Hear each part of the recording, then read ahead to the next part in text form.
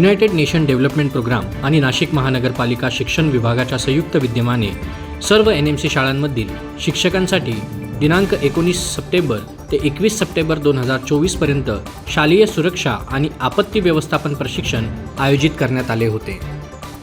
रिकाच्या प्रशिक्षकांनी धोके यांसारख्या विषयांवर प्रशिक्षण दिले आणि त्यांचे शाळांवर होणारे परिणाम, तयारी आणि नियोजन, अग्निसुरक्षा, प्रथमोपचार तंत्र यावर चर्चा करण्यात आली।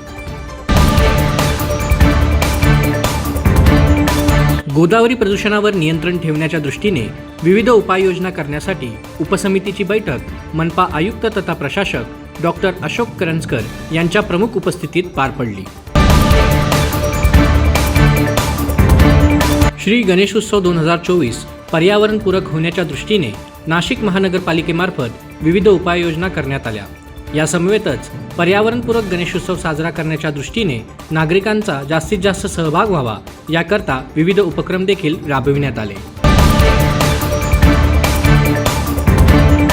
राष्ट्रपिता महात्मा गांधी यांच्या जयंतीनिमित्त संपूर्ण देशभरात दिनांक 17 सप्टेंबर 2024 ते 2 ऑक्टोबर 2024 या कालावधीत स्वच्छता ही सेवा हा पंधरवडा राबविण्याचे निर्देश केंद्र शासनाने दिलेले आहेत।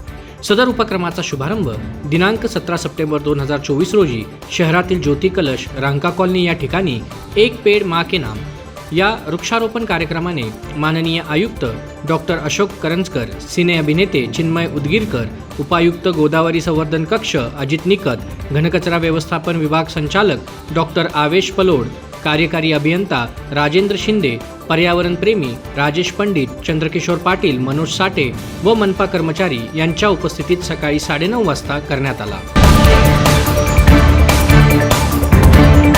नाशिक महानगरपालिका क्षेत्रातील क्रीडा स्पर्धांमध्ये प्रावीण्य मिळवणाऱ्या खेळाडूंकरता शिष्यवृत्ती योजना। अधिक माहितीसाठी आजच महानगरपालिकेच्या सोशल मीडिया माध्यमांना आणि वेबसाईटला फॉलो करा।